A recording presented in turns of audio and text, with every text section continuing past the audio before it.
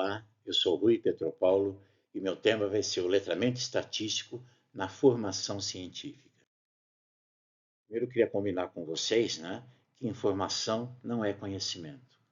O conhecimento ele é construído, sim, a partir das informações, mas é necessário uma reflexão sobre essas informações. O letramento científico, para eu desenvolver o letramento científico, é necessário o letramento estatístico.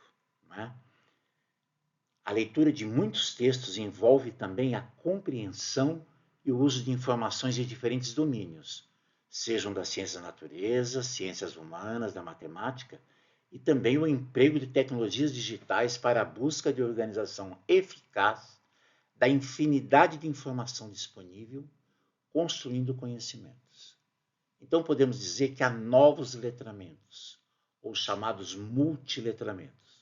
O letramento científico, o letramento estatístico, o letramento financeiro, o letramento matemático e o letramento digital.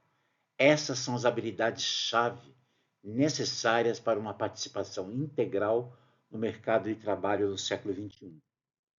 O letramento estatístico ele é previsto na Base Nacional Comum Curricular, a BNCC, que é um documento obrigatório para a educação infantil, ensino fundamental anos iniciais, ensino fundamental anos finais, ensino médio. Então, a base prevê a leitura, a interpretação e a construção de tabelas e gráficos, bem como a forma de produção de texto escrito para a comunicação de dados. Isso tem papel fundamental para a construção da cidadania. Todos os cidadãos precisam desenvolver habilidades para analisar dados em uma variedade de contextos, de maneira a fazer julgamentos bem fundamentados, tomar as decisões adequadas, além de coletar, organizar, representar e interpretar os dados de uma pesquisa. O letramento estatístico, previsto na BNCC, assume a importância desse letramento quando indica essa habilidade, analisar tabelas, gráficos e amostras de pesquisas estatísticas apresentadas em relatórios divulgados por diferentes meios de comunicação, identificando, quando for o caso, inadequações que possam induzir a erros de interpretação, como escalas e amostras não apropriadas. Os letramentos eles são avaliados pelo PISA, que é o Programa Internacional de Avaliação de Estudantes, PISA. Ele é um estudo comparativo internacional realizado a cada 3 anos pela Organização para a Cooperação e Desenvolvimento Econômico, para os países que são membros da OCDE, e para os países convidados, o qual o Brasil participa. Essa avaliação oferece informações sobre o desempenho dos estudantes na faixa etária dos 15 anos, vinculando dados sobre seus backgrounds e suas atitudes em relação à aprendizagem, e também aos principais fatores que moldam sua aprendizagem dentro e fora da escola. O PISA prevê os processos de leitura, ler fluentemente. O que é ler fluentemente? Localizar informações, quer dizer, você vai acessar o texto, recuperar informações dentro do texto, buscar e selecionar um texto relevante. Você tem que compreender o sentido literal do texto e integrá-lo à sua experiência para gerar inferências. O que aquilo quis dizer com os conhecimentos que você já tem? E você vai avaliar e refletir. Você vai avaliar a qualidade e a credibilidade do texto que você leu. Você vai refletir sobre o conteúdo e a forma. Vai detectar e lidar com conflitos. Então, gráficos e tabelas também são uma forma de textos. Olha aqui, o letramento estatístico ela prevê leitura dos dados, leitura entre os dados, leitura que vai além dos dados e a leitura por detrás dos dados. Então, veja só, não é só ler os dados, Eu tenho outros níveis de leitura desses dados. Veja só aqui o significado de cada nível aí. Nível 1, ler os dados. Nesse nível, é necessário que o leitor realize uma leitura literal do gráfico, tais como identificar escala e título. Não há interpretação da informação contida no gráfico e nem a realização de qualquer operação matemática. É só ler os dados. Ler entre os dados.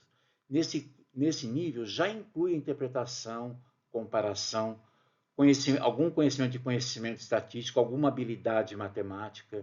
Não é uma matemática pesada, as operações, mas você vai fazer algumas comparações já. Né? Nesse nível você já realiza algumas inferências. O nível 3 é um passo além. Né? Nesse nível exige-se ampliação de conceitos estatísticos, eu vou ter mais algum conceito, vou aprender o que é média, mediana, coisas do tipo, né? Predições e inferências a partir dos dados. Eu vou inferir, eu vou chegar a algumas conclusões. É necessário conhecimento prévio sobre os temas que estão sendo analisados, pois nem todas as informações estão explícitas no gráfico. Esse é o nível de compreensão gráfica desejável aos cidadãos. Certo? Agora, eu posso ir além dos dados, posso ampliar isso, ler por detrás dos dados. Eu vou avaliar criticamente o método da coleta dos dados. Será que esse método foi bom? Será que a amostra foi correta? A fonte é confiável? Eu vou ampliar também as minhas conclusões a partir disso. Então, eu tenho 4 níveis que se espera que o letramento estatístico até o nível 3, não é? Olha aqui, pegar um exemplo. Letramento estatístico, primeira coisa, vai ler os dados. Eu vou ler o título. Taxa de analfabetismo entre pessoas de 15 anos ou mais de idade. Essa pesquisa foi feita em 2019. Né? Olha o eixo vertical, que é o eixo Y. Está escrito lá Brasil, Sudeste, Sul, Centro-Oeste, Norte e Nordeste. Então, são as regiões brasileiras. No eixo X, eixo horizontal, tem as porcentagens 0%, 5%, 10%, 15% e 20%. Então, lendo de baixo para cima, a primeira barra horizontal aí é chamada Nordeste, que é vermelho, aí está localizado no mapa. Eu posso dizer que esse é mais que um gráfico, é um infográfico. Caso a pessoa não se lembre direito quais são os estados, qual é a região Nordeste, está lá marcada lá, certo? Né? A região Norte, que é esse verde, né? Que está a 7,6%, a Nordeste 13,9%. A região Centro-Oeste é o marrom, né? A região Sul é esse verde claro ou azul claro, né? Verde claro, né? A região Sudeste é esse azul, um pouco mais escuro, né? E o Brasil é branco. Você pode ver que a faixa, né? Tem uma faixa branca aqui, olha, marcado para dizer que é o Brasil todo. Então, 6,% dos brasileiros ainda não completaram a sua alfabetização, ainda têm dificuldades para ler, né? 6,6%. Olha, a região Sudeste e Sul tem a mesma porcentagem, a Centro-Oeste tem uma taxa maior, né, de analfabetismo, a região Norte tem uma taxa um pouco maior também, e a região Nordeste é a região que tem a maior taxa de analfabetismo, 13,9%. Vocês podem olhar aqui, que aqui o Brasil tem 6,6%. O que é esse 3,3% da região Sudeste? Não quer dizer que 3,% dos analfabetos do Brasil, de 15 anos ou mais, sejam da região Sudeste. Quer dizer que entre os habitantes da região Sudeste, 3,3% são analfabetos.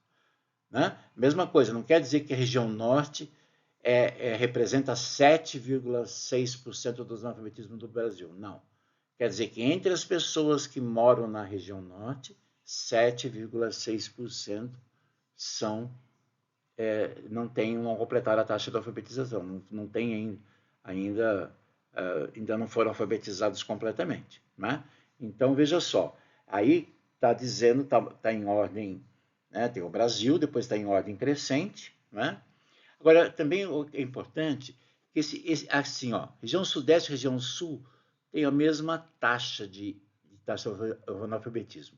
Mas se eu fosse olhar os valores absolutos, a região Sudeste, né, tem um número maior de analfabetismo. Quer dizer, a taxa é a mesma, a proporção é a mesma. Só como a região sudeste é uma região mais habitada, significa que ela tem mais habitantes, né? Ela tem tem bastante analfabetismo, né? Tem mais do que a região sul. As taxas são iguais, certo?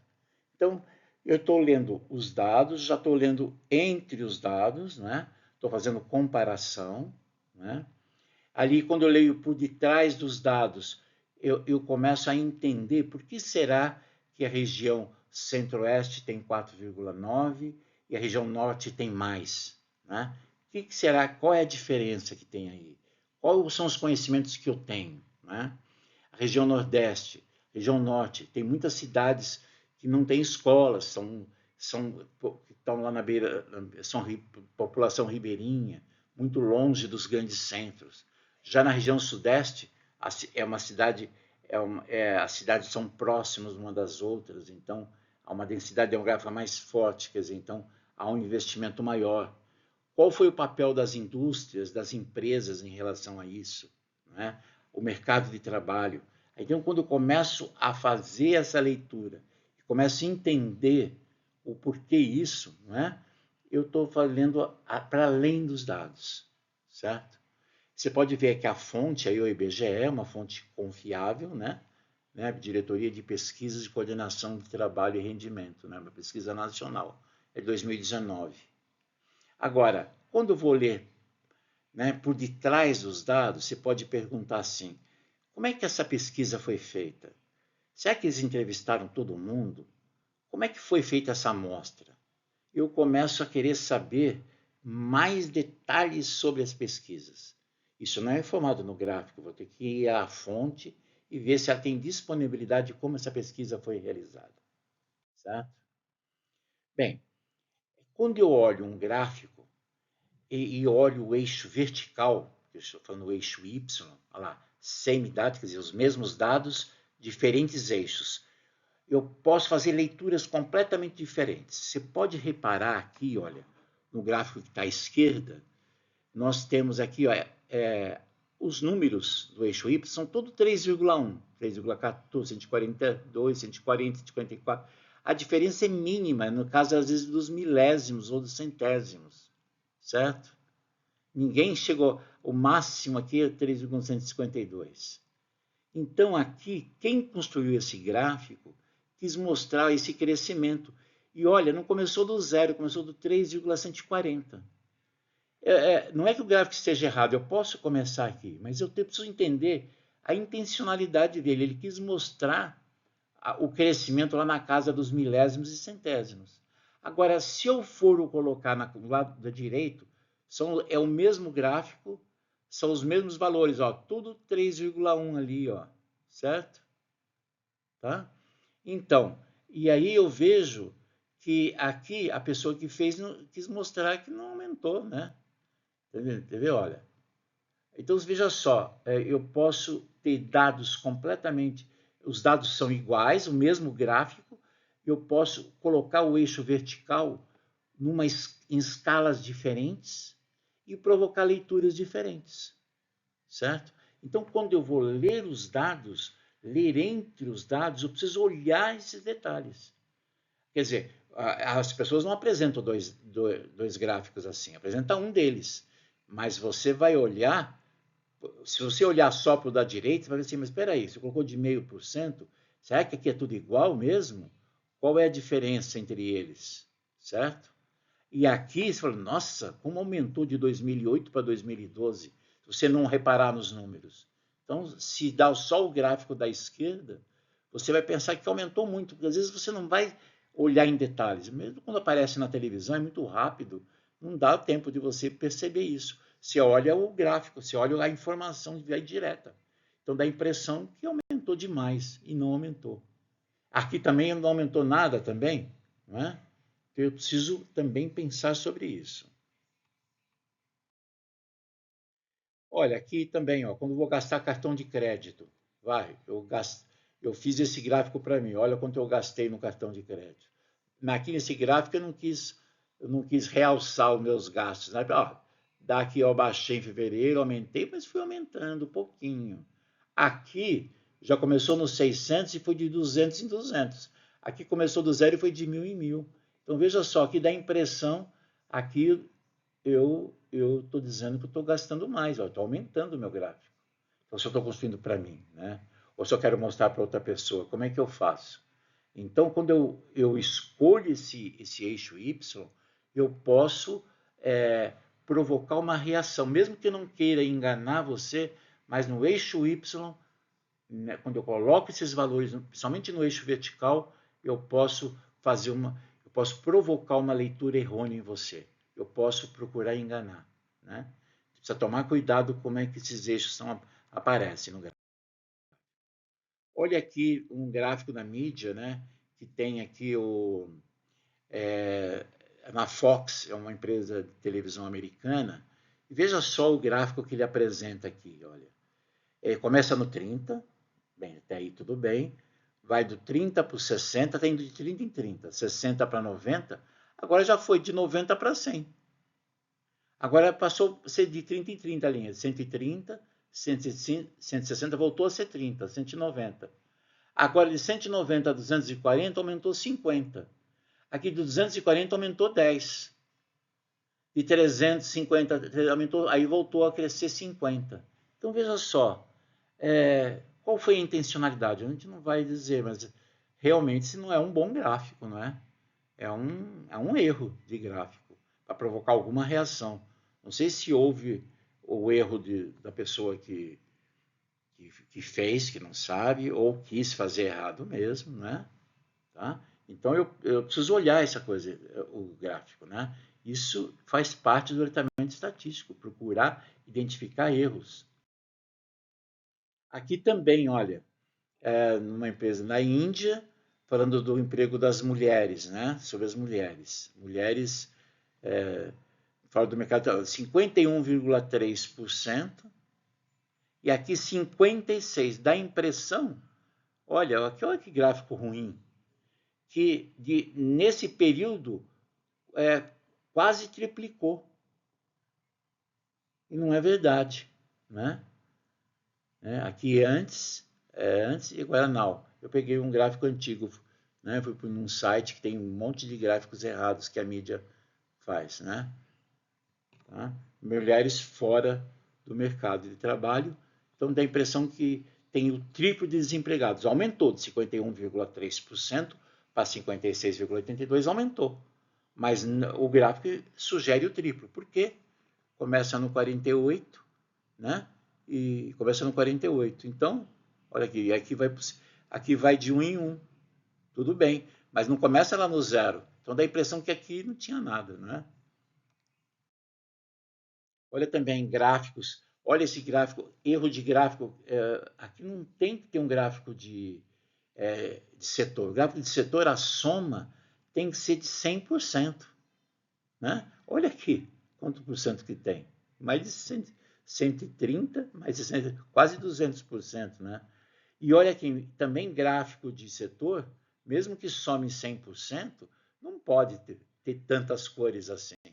Não informa absolutamente nada. Né? Olha aqui também um gráfico da Secretaria de Educação do Estado do Paraná. Olha esse gráfico aqui, cor preferida dos alunos. Veja só, o 4 é maior que o 6, certo? Né? O 4, o 2 deveria ser metade do 4, não é? O 1, metade do 2. E o 11 aqui, o 11, né? Não só aumentou a altura, né? Que até a altura estava bom, ó, 6 mais 6 quase 12, mas aumentou muito a largura. Né? Olha aí um gráfico, muito interessante o gráfico, você usar a cor preferida e usar lápis de cor. Muito interessante. Tenho certeza que foi que deu para um artista fazer, ele fez mais ou menos o que ele achou, pode ser isso, né? E não houve uma conferência, porque ele é claramente errado. Né? Olha aqui, né?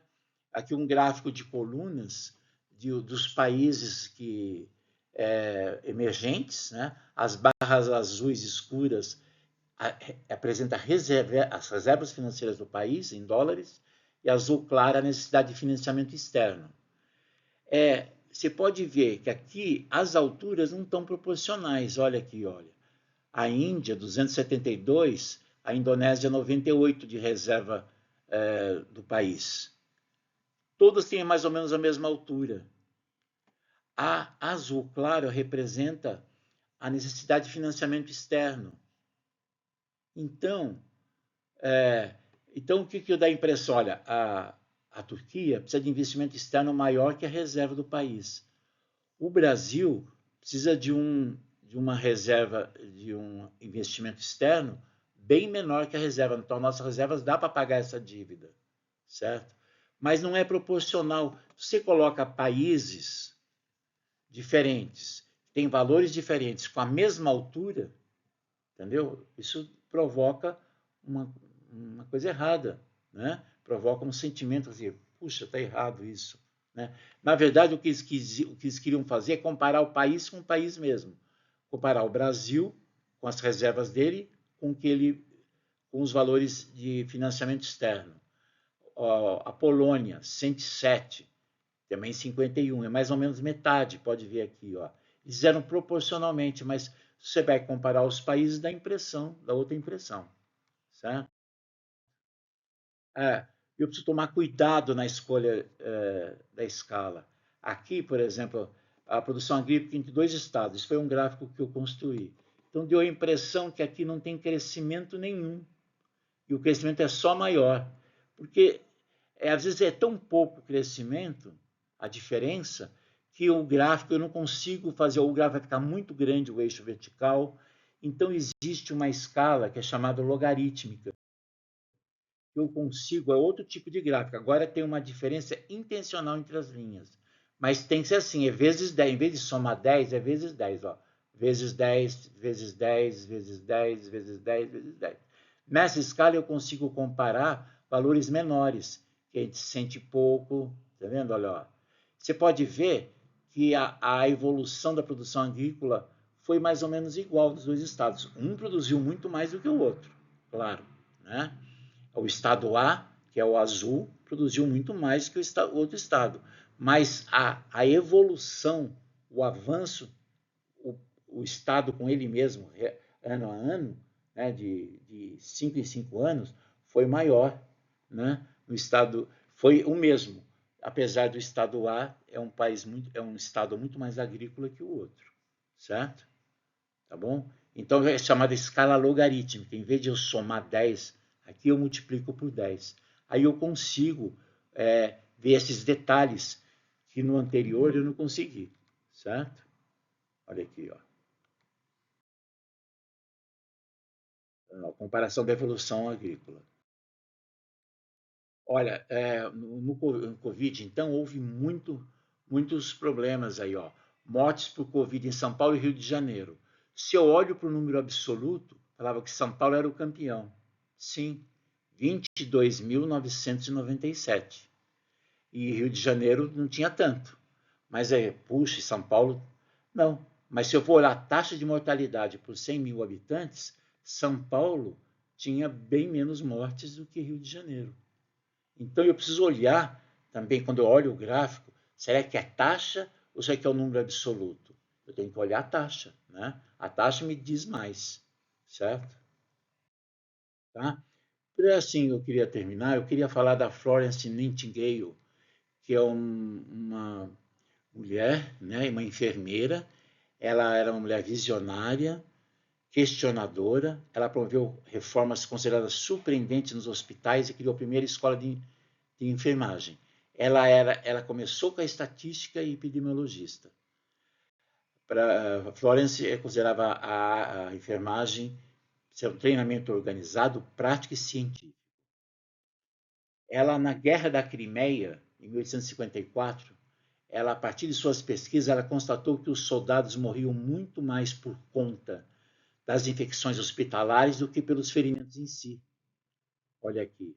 Ela foi nesse cenário aí da Guerra da Crimeia que uma coisa que parece óbvia, lavar as mãos e a higienização dos hospitais, né?